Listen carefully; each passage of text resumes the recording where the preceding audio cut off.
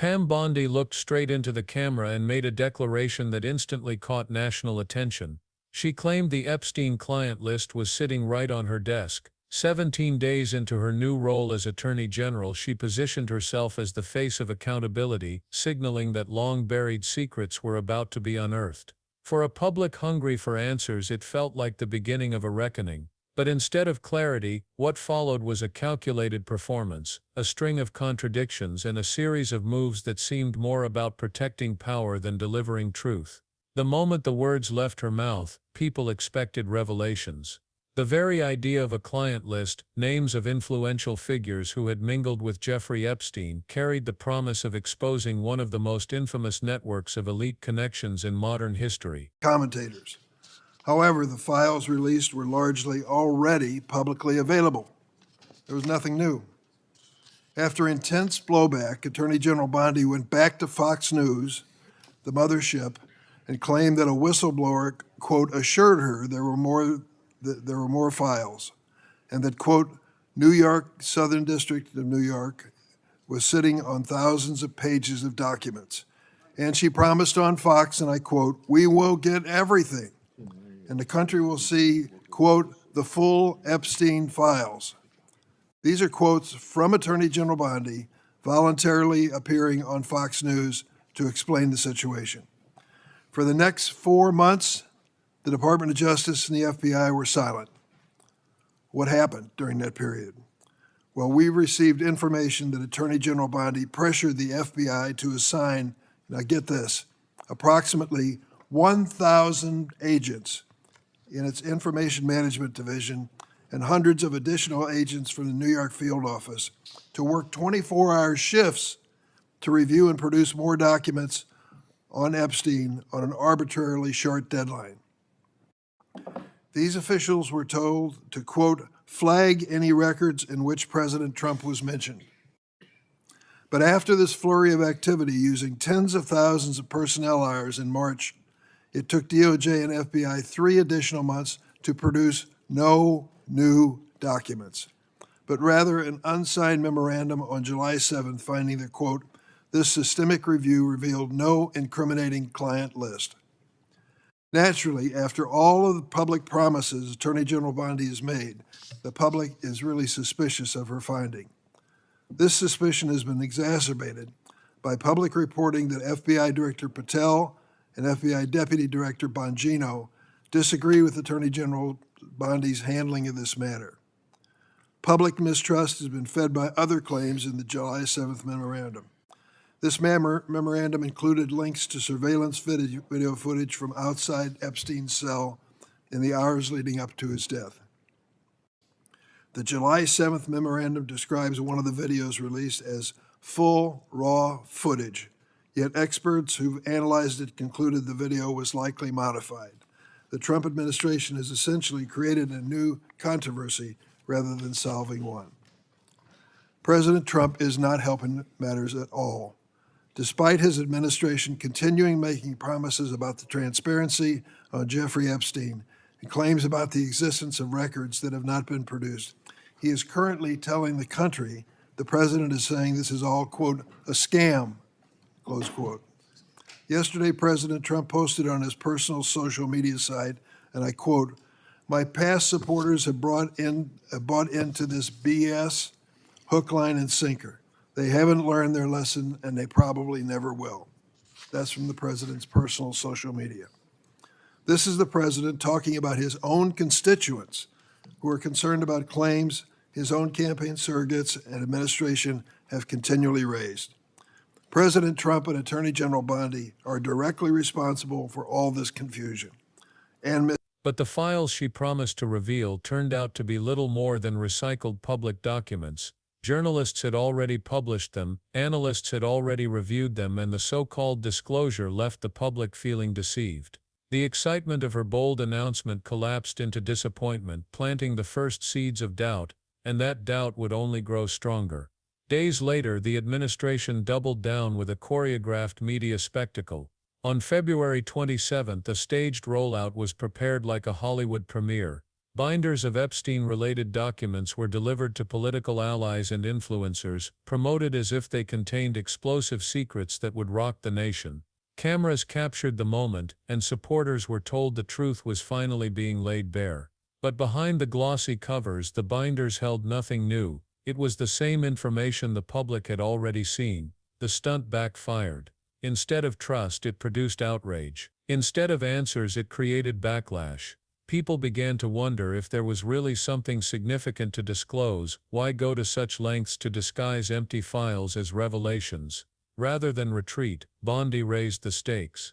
She appeared on Fox News again, this time claiming a whistleblower had assured her that the Southern District of New York was hiding thousands of pages of evidence.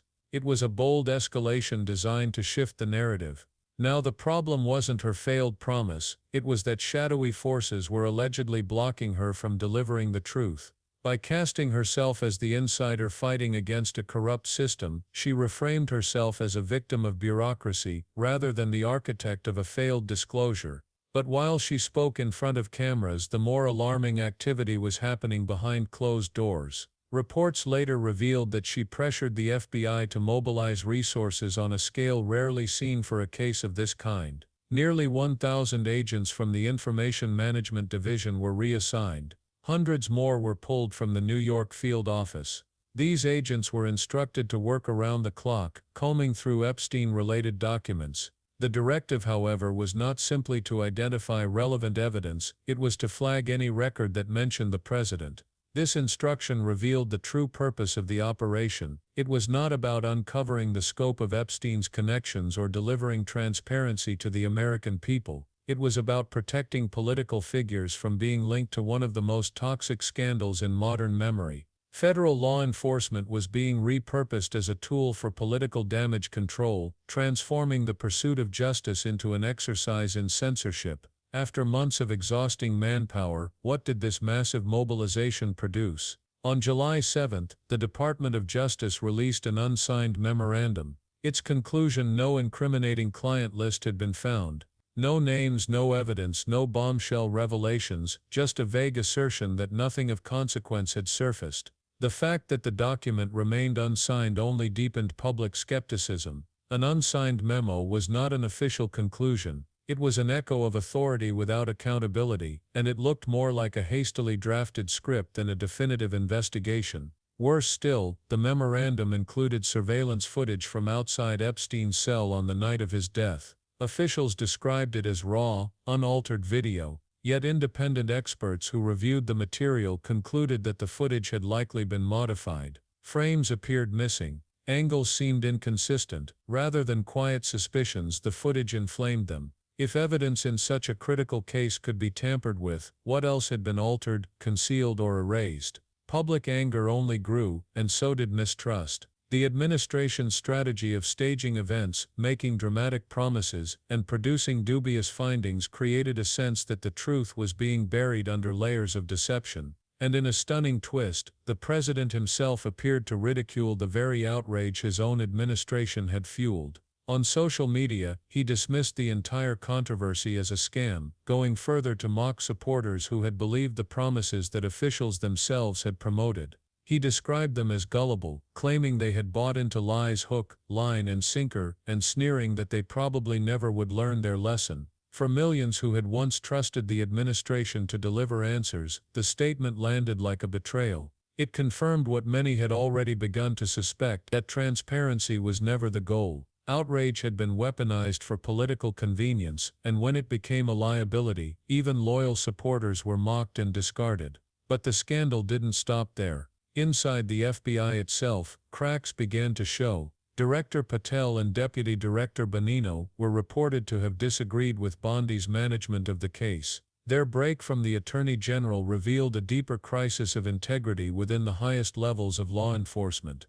This was not a matter of minor policy disputes, it was evidence of a growing fracture between political leadership and career officials. The public could see it, and the world could too. When the independence of the Department of Justice and the FBI is compromised, trust at home collapses and credibility abroad disintegrates. By this point, the Epstein scandal was no longer about Epstein. It had become a mirror reflecting the ways in which power shields itself from accountability. Bondi's dramatic declaration that she held the client list had evolved into a pattern recognizable in authoritarian playbooks: make grand promises of disclosure, create a media circus to buy time, deploy government agencies not to reveal truth but to protect allies, and then dismiss the outrage as foolish once the narrative no longer serves. The costs of such a strategy are profound. Public faith in the justice system erodes when officials turn it into a stage for political theater. Citizens begin to question whether any investigation can be trusted, whether any disclosure is real, or whether all outcomes are preordained by those in power.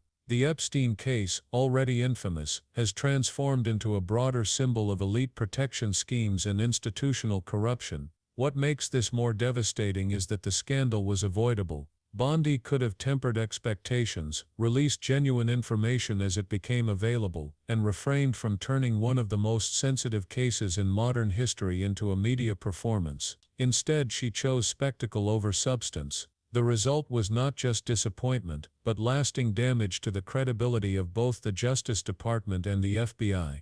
The fallout continues to this day. Supporters who once believed promises of transparency now feel betrayed. Critics who long suspected corruption see their worst fears confirmed. International observers view the American justice system as compromised by politics. And inside the agencies tasked with upholding the law, morale suffers as professionals watch their work twisted into instruments of image management. Bondi's insistence that the client list sat on her desk may go down as one of the most misleading statements made by an attorney general in modern history. It was not simply an exaggeration, it was the opening act in a sequence of staged events designed to manipulate public perception. From glossy binders filled with old documents, to whistleblower claims that shifted blame, to pressure campaigns that repurposed federal agents into political bodyguards, the trajectory was clear. The truth was never meant to come out, and yet the truth has a way of pushing back. The unsigned memorandum declaring that no incriminating list existed is widely seen as implausible. Court filings, media investigations, and eyewitness accounts all point to a vast network of high-profile connections surrounding Epstein.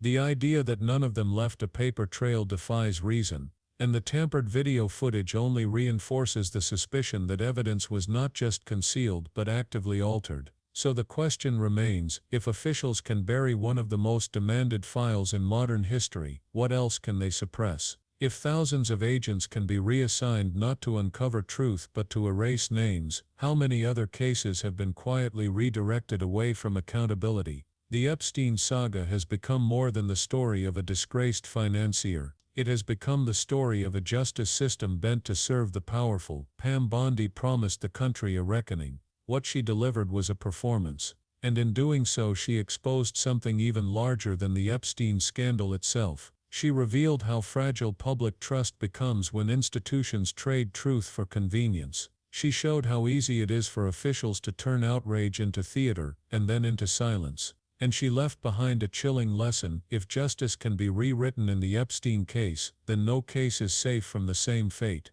The public was told to expect answers. Instead they got smoke and mirrors. And as the dust settles, one reality remains unavoidable: this was never about exposing the truth, it was always about hiding it.